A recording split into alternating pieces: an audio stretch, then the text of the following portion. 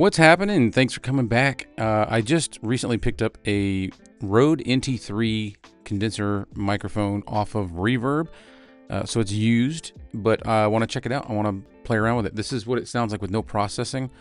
But this is it. This is what it looks like. I do have this little pop filter that I can put on it. That'll help kind of block some of the plosives. It's not much of a pop filter, but it kind of works and it looks nice. It looks good on camera. But for the sake of messing around with this, we're gonna just leave it like that so you can see this. It's real pretty. It's got looks like a bulletproof grill. It looks almost like chainmail, whatever the chainmail, the stuff that the knights wore. That stuff looks like that. All right, but this is what it sounds like raw. So let's go ahead and jump over and see if we can see what kind of sound we can get out of it playing with some processing. All right, let me pull this over so that I've kind of got it in the same similar position. All right, like I said, I'm in the condenser profile. Let me see if I can get this a little more direct. I'm in the condenser profile, no processing. Let's go ahead and right now it's in advanced. So we'll turn this. Let's get out of here. Hit clear. And this is the processing that it puts on initially on its own. It's got the depth sitting, roughly 60%, maybe 65. The sparkle is just about 70 to 75%. And so is the punch. Punch is sitting about the same spot. So that's what it puts on initially on its own. So let's go ahead and jump into advanced. And this is what it sounds like when it first starts. I have been messing with this, so if it might be a little bit, I might have changed it just a little. So let's jump in. High pass filter. We'll turn the high pass filter off. And this is what it sounds like without the high pass filter. I like that. I think that sounds really good. All right, so let's go ahead and go to the next setting, which is a de-esser. They do a pretty good job with this, so I'm gonna leave that alone. Did I hit record? I did. All right, noise gate is on. So I'll go ahead and give a moment of silence so we can check out that noise gate.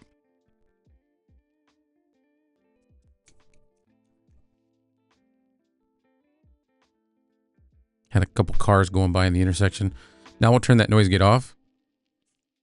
And this is with it off.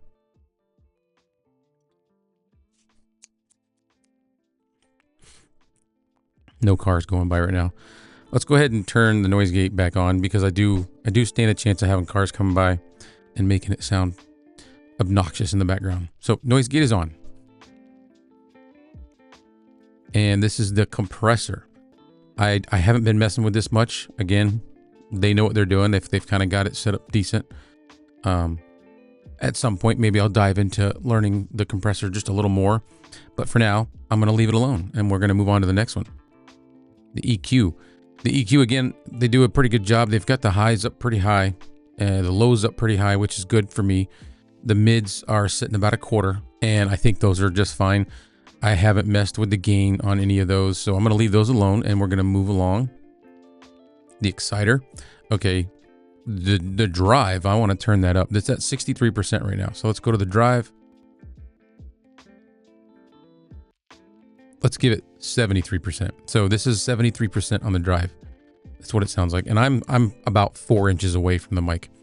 This mic, you can actually put it relatively far. You can get, a good 6 to 8 inches away and it still sounds really good. But because I like this and I'm a nerd about all this stuff, I've got it closer. So let's move along from that to panning. I'm going to turn panning off just because I always do. I don't like panning. I kind of want that mono sound. And that's it. That is what I've got for processing in the advanced settings. Okay. Again, this is on the regular condenser profile.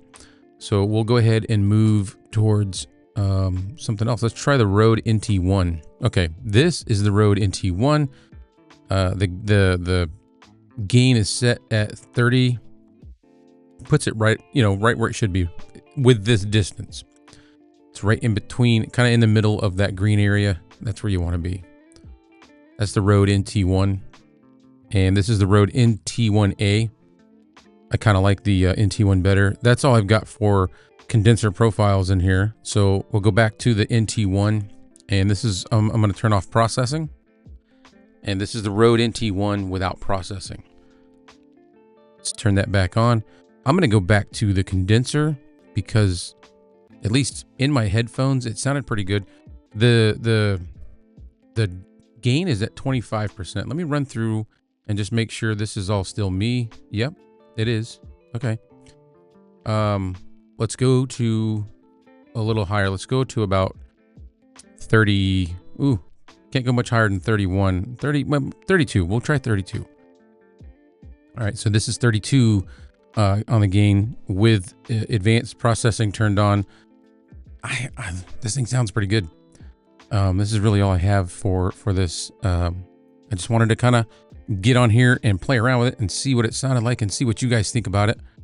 This was another suggestion I got from Red Cabin Acoustics. He said this one sounds amazing, and I'm going to have to say I agree with him. It does sound pretty good. Sounds really good. But that's it. That's really it. Let me move this back over, and we'll switch over to here. That is what I have for this. Again, this is the Rode NT3. I picked it up used on Reverb. Was like 100 and something. I don't know, but it's fun. It sounds good, and I kind of like it. And I think I might be utilizing this a little more. So I was listening to all that and got it all edited. I even uploaded it, unlisted.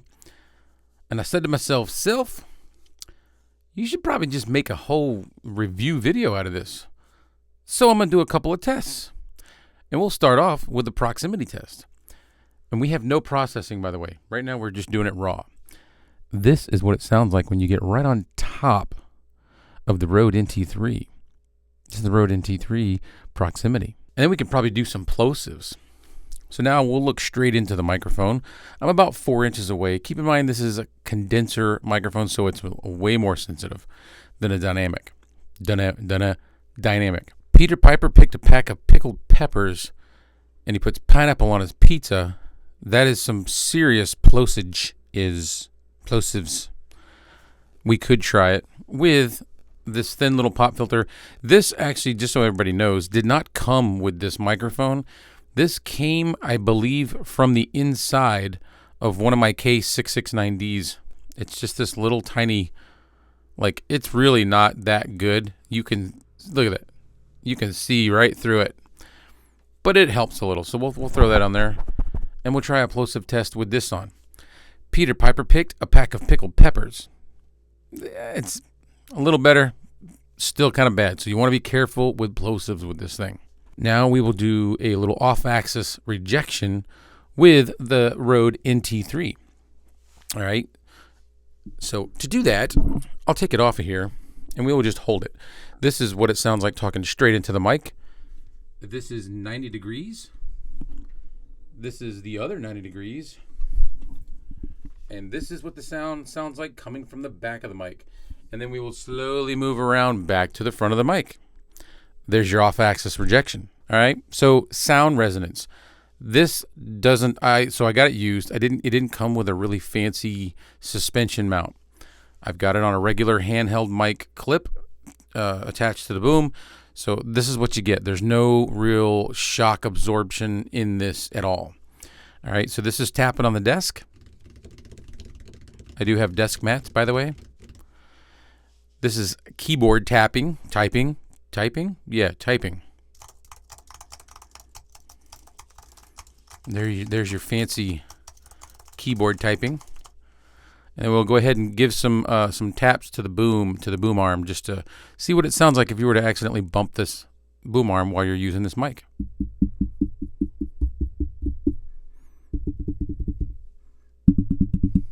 We'll tap right on the mic itself.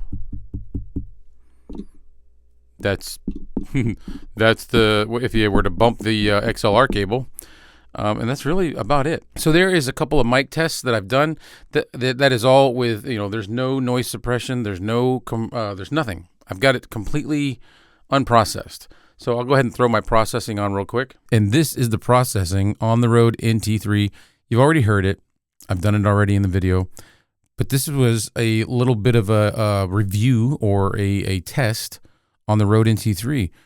Sound resonance, proximity, plosives, and off-axis. I'm always saying off-axis. Off-axis rejection. If you enjoyed this, I would appreciate a thumbs up. If you haven't subscribed already, I would appreciate that too. It's not a mandatory thing, but I would like it. I would really appreciate it. And that's all I have for the Rode NT3, my used Rode NT3. I will see you in the next video.